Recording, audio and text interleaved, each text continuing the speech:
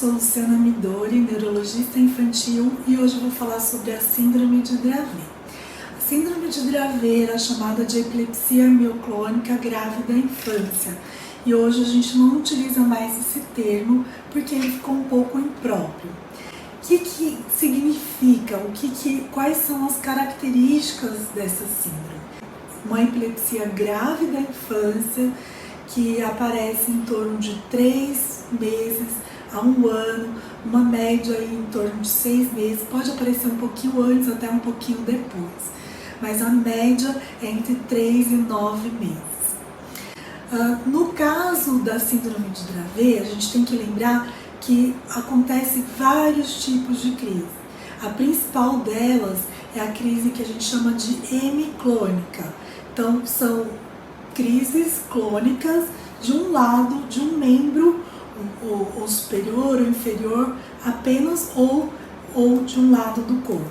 Então, isso é muito característico. Então, outros tipos de crise, crises tônico-clônicas generalizadas, crises mioclônicas, crises de ausências também podem ocorrer nessa síndrome. Ela ocorre em crianças que são previamente normais do ponto de vista do desenvolvimento e que, quando inicia-se as crises, ela pode ter ou um atraso da linguagem, um atraso cognitivo do comportamento, por conta do que a gente chama da etiologia dessa síndrome. Então, a maioria, 80%, é causada por um gene que nós chamamos de SCN1A. Vou falar um pouquinho mais sobre o funcionamento desse gene. Então, ele codifica uma proteína chamada SCN1A também, que ela está na membrana, que a gente chama transmembrana. Isso aqui é como se fosse a membrana do neurônio e aqui são os canais iônicos.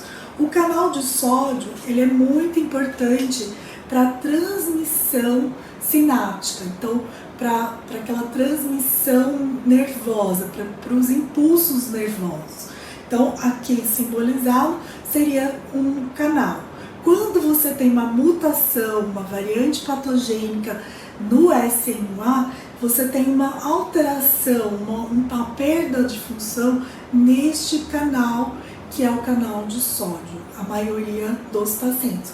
Outros genes também podem fazer um quadro clínico de síndrome de Dravet também, que a gente pode falar em outro vídeo. O tratamento, ele é muito importante. Primeiramente, é muito importante pensar na síndrome de Dravet, porque implica muito no tratamento. O tratamento principal, ele consiste em valproato, topiramato, clobazam, que são os medicamentos mais recomendados. Os medicamentos não recomendados são aqueles que a gente chama de bloqueadores de canal de sódio. Então, se você já tem uma disfunção do canal, você tem um bloqueio do canal, o paciente pode piorar as suas crises.